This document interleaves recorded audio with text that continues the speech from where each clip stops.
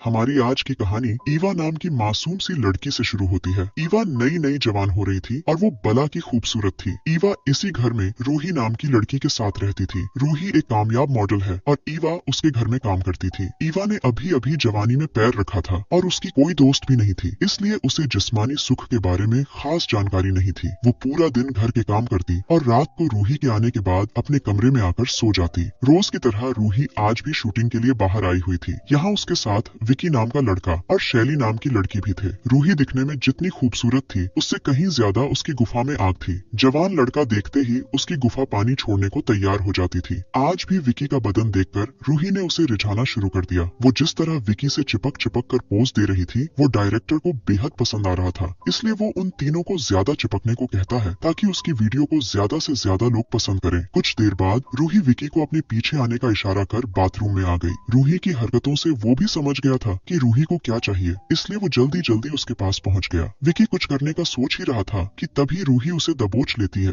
वो जल्द से जल्द उसके गन्ने का रस पीना चाहती थी, लेकिन तभी डायरेक्टर की सहायक विकी को ढूंढती ढूंढती वहां आ गई। रूही के पूछने पर वो बताती है कि मैं विकी को ढूंढ रही हूँ, क्या तुमने उसे कहीं देखा है? रूही कहती है कि मैंने किसी को नहीं देखा, और इतना कहकर वो उसके साथ ही चली जाती है। सहायक के आने से विकी को बहुत बुरा लगता है क्योंकि उसने उसका मजा खराब कर दिया था। कुछ देर बाद वो तीनों फिर से अपने काम पर लग गए और सबको रूही का काम बहुत अच्छा लगता है। इधर रूही अपने काम में बिजी थी और उधर ईवा घर की साफ सफाई कर रही थी। वो जब रूही के कमरे में आती है तो उसे रूही के कुछ खास खिलौने मिलते हैं। ईवा नहीं जानती थी कि ये किस काम के हैं, इसलिए वो थोड़ी देर उनके साथ खेलकर वापस अपने काम पर लग जाती है। जल्दी ही रात हो गई। ईवा घर के काम कर अपना मोबाइल देख रही थी। इसी बीच रूही भी वापस आ गई और वो अपने साथ विकी को भी लेकर आई थी। ईवा रूही से खाने के बारे में पूछती है, जिस पर रूही बताती है कि हम खाना खाकर आए हैं और अब तुम भी खाना खाकर सो जाओ। इतना कहकर वो विकी के साथ अपने कमरे की तरफ जाने लगी। ईवा समझ गई थी कि अब वो दोनों क्या करेंगे। रूही और विकी कमरे में आते ही धमाके करने लगे थे और उनकी आवाजें बाहर तक सुनाई दे रही थी। ईवा कमरे के बाहर कान लगाकर रूही की चीखें सुनने लगी और चीखें सुनकर वो भी गर्म हो गई। अब उसका भी दिल बंदूक के मजे लेने को करने लगा। अंदर विकी रूही को दबाकर मजे दे रहा था और बाहर रूही का हाथ अपने आप उसकी गुफा की तरफ जाने लगा था। अगली सुबह ईवा नाश्ता लगा रही थी और तभी विकी भी नीचे आ गया। ईवा उसे नाश्ता करने को कहती है, जबकि विकी उसका धन्यवाद कर उसे घर का दरवाजा खोलने को कहता है। ईवा जब दरवाजा खोल रही थी तो विकी उससे कहने लगा कि तुम बेहद खूबसूरत हो, तुम्हें देखकर कोई नहीं कह सकता कि तुम एक नौकरानी हो। अपनी तारीफ सुनकर ईवा शर्माने लगी। विकी के पूछने पर वो बताती है कि मेरे पिता की मौत हो गई है, इसलिए घर चलाने के लिए मुझे पढ़ाई छोड़कर ये काम करना पड़ रहा है। विकी की बातों से साफ साफ पता लग रहा था कि उसे ईवा अच्छी लगने लगी है, लेकिन वो बिना कुछ बोले ही वहाँ से चला जाता है। उसके जाते ही ईवा की नजर अपने सामने वाले घर पर पड़ती है, जिसका नौकर अपने मालिक की गाड़ी धो रहा था। इस लड़के का नाम लियो था। ये दोनों मन ही मन एक दूसरे को पसंद करते थे, इसलिए एक दूसरे को देखते ही इनके मन में लड्डू फूटने लगते हैं। दोनों का नैन मटक्का अभी शुरू हुआ ही था कि तभी लियो का मालिक उसे आशिकी करते देख गुस्सा हो गया और वो लियो को खरी कोटी सुनाने लगा। लियो को डांट पड़ते देख ईवा को बुरा तो लगता है, लेकिन वो कुछ कर नहीं सकती थी। इसी बीच रूही ईवा को आवाज लगाती है। ईवा जल्दी जल्दी उसके कमरे में आती है।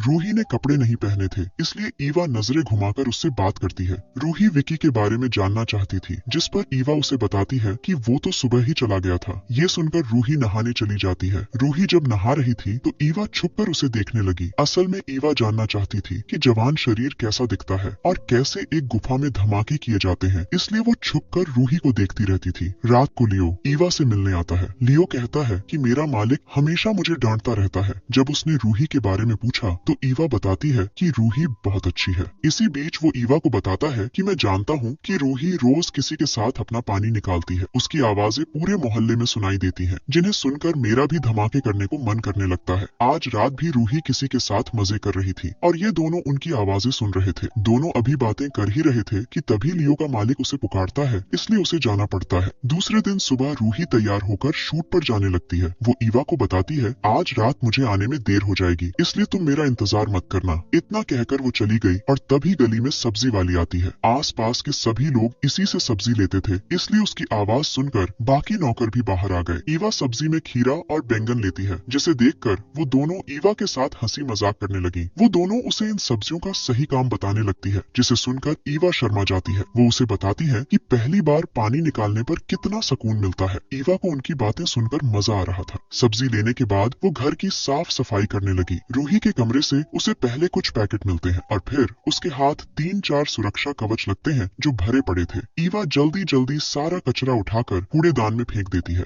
देर रात को जब ईवा नींद में थी तो लियो उसे आवाज लगाता है। जब ईवा उससे मिलने बाहर आई तो वो उसे रूही की गर्म आवाजें सुनने को कहता है। रूही की आवाजें सुनकर लियो गर्म हो गया और वो खुद पर काबू नहीं कर पाता। वो ईवा को भी गर्म करने की कोशिश करता है, लेकिन जल्दी ही ईवा उसे रोक देती है और उसे वापस जाने को कह देती है। उसे थोड़ा बुरा तो जरूर लगता है, लेकिन वो ईवा से प्यार करता था, इसलिए वो चुपचाप वहाँ से चला जाता है। इसके बाद ईवा अपने कमरे में आ गई। भले ही उसने लियो को भगा दिया था, लेकिन उसकी हरकत ने ईवा के बदन में आग लगा दी थी। दिन में उसने जो सब्जी ली थी अब वो उसका इस्तेमाल करने लगती है। देखते ही देखते उसने लियो को याद करते करते अपनी गर्मी शांत कर ली। सुबह जब ईवा रूही को जगाने उसके कमरे में आई तो उसे रूही के कमरे में शैली दिखती है। मतलब रात को रूही किसी लड़के के साथ नहीं बल्कि शैली के साथ मजे कर रही थी। ईवा नाश्ते के लिए कहकर दरवाजा बंद कर देती है और फिर उन दोनों की आवाजें सुनने लगती है। रूही को शैली के साथ देखकर ईवा समझ गई कि रूही को लड़के लड़कियां दोनों ही पसंद है। कुछ देर आवाजें सुनने के बाद वो नीचे आकर नाश्ता करने लगी, जबकि रूही और शैली की गर्म आवाजें पूरे घर में गूंज रही थी। थोड़ी देर बाद जब वो दोनों चली गयी तो लियो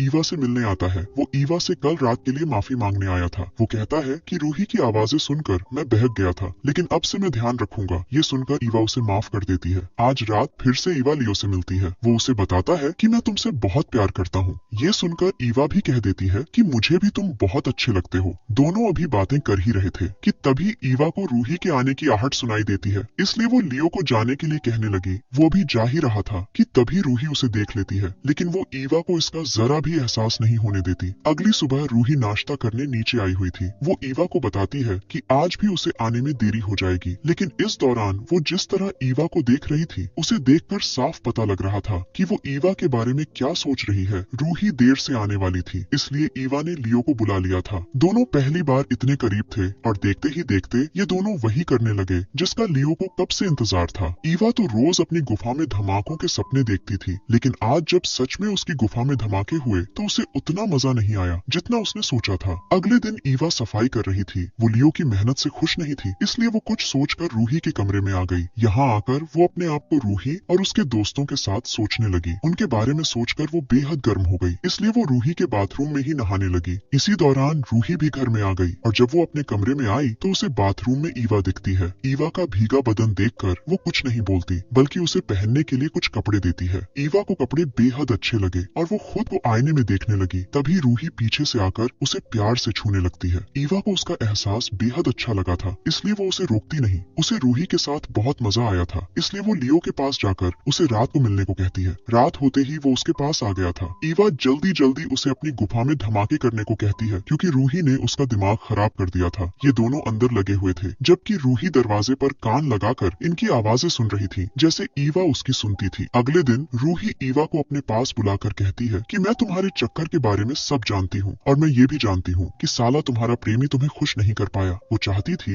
कि आज रात वो ईवा और उसके प्रेमी के साथ पानी निकाले। पहले तो ईवा मना करती है, लेकिन फिर रूही के मनाने पर वो मान गई। रात होते ही उसने लियो को बुला लिया। पहले तो वो खुद उसके साथ शुरू होती है और फिर रूही उनके पास आ गई। रूही को देखकर वो समझ गया कि यहाँ क्या होने वाला है। वो रूही और ईवा पर बेहद गुस्सा करता है। उसका दिल तो कर रहा था कि वो कमीनी रूही को खेतों में भगा भगा कर गोली मारकर मार दे, लेकिन वो खुद पर काबू रखता है। वो ईवा को बताता है कि मैं तुमसे बहुत प्यार करता हूँ, लेकिन मैं ये सब नहीं कर सकता। ईवा उससे माफी मांगती है, मगर वो गुस्सा होकर चला गया। कुछ दिनों बाद ईवा रूही के साथ बाहर आई हुई थी, तभी वहाँ लियो आता है। असल में रूही को अपनी गलती का एहसास हो गया था और उसने लियो से माफी भी मांग ली थी। कहानी के आखिर में ईवा को उसका प्यार मिल जाता है और इसी के साथ इस कहानी का यही अंत हो जाता है। हमारी वीडियो देखने के लिए बहुत बहुत धन्यवाद। अगर आप ऐसी ही वीडियोस के दीवाने हैं तो प्लीज मेरे चैनल को जरूर सब्सक्राइब करें। मिलते हैं अगली वीडियो में, तब तक के लिए नमस्कार।